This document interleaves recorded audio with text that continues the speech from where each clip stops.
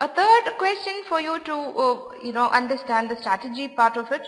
The startling finding that variations in the rate of the Earth's rotation depend to and dash degree on the weather has necessitated a complete dash of the world's timekeeping methods. Now the clue words here are startling finding. If the finding is startling, shocking, it naturally is unexpected. You may ask, why not anticipated? But let me ask you, anything that is anticipated, can it be startling? No. Why not indeterminate?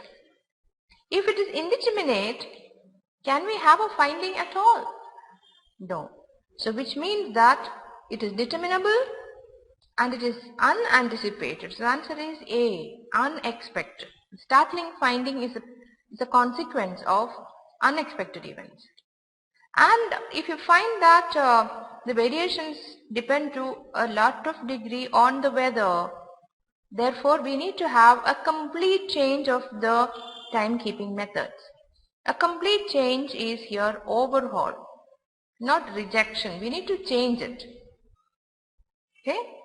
Recalibration would mean we calibrate instruments, not methods. Now look at the last word, world's timekeeping methods. You can calibrate a method, you calibrate instruments. So the answer is A and F. Sentence equivalence is another question type in your verbal part. This is a question wherein you are given a blank. You need to choose two words that can function in the sentence and still coherently hold the sentence together. Here is a sentence. There is perhaps some truth in that waggish old definition of a scholar. And what is the definition of a scholar? A siren that calls attention to a folk without doing anything to dash it. Okay, a siren that calls attention to a folk without doing anything to dash it.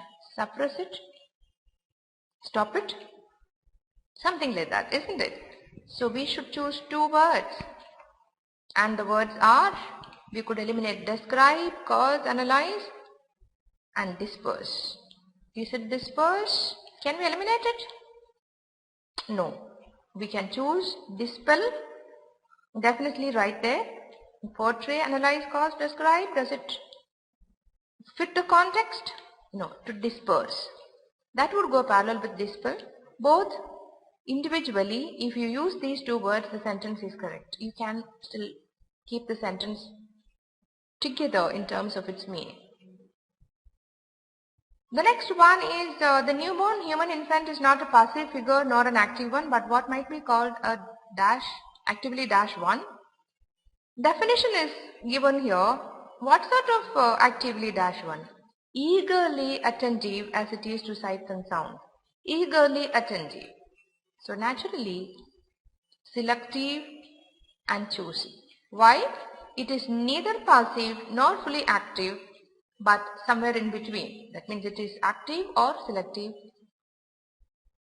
Choosy and selective, in which it shows that it is active but not fully. It is not fully passive, but it is a little more selective and choosy. Inquisitive, intuitive. Intuitive means, something that is done without logic. It just comes up impulsively. Intrusive means intrude into something.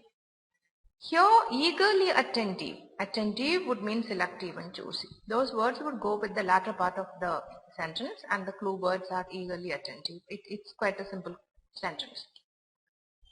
We go to the next one. The self-important stand of musicologists on record jackets often suggests that true appreciation of the music is a dash process, close to the uninitiated listener, however enthusiastic. Now what sort of a process? The clue is close to the uninitiated listener, somebody who is totally new, however he is enthusiastic. So that means it is not easy to understand for a new listener. So it has to be something difficult to understand. Okay? Answer is arcane and esoteric. These two words mean that it's difficult to comprehend, difficult to understand. Okay? Obscure means unclear. Now here we are talking about, It is not an unclear process, it is more of difficult to understand process. The closest words are arcane and esoteric. Now, how do we prepare and plan for the reading comprehension? We have already had some thought on that. But you have to analyze the passage critically, participate in the text when you're reading, questioning as you read through the passage, judging, forming opinions, inferring, etc. Going beyond the passage a bit. That is what verbal reasoning comprises. And you have to practice reading a lot of text to be able to do the reading comprehension properly. I think once that all these are initiated, it's quite simple. And I think sometime later we could take, another example case and just work on maybe. I'll get back to you on passages, how to handle passages.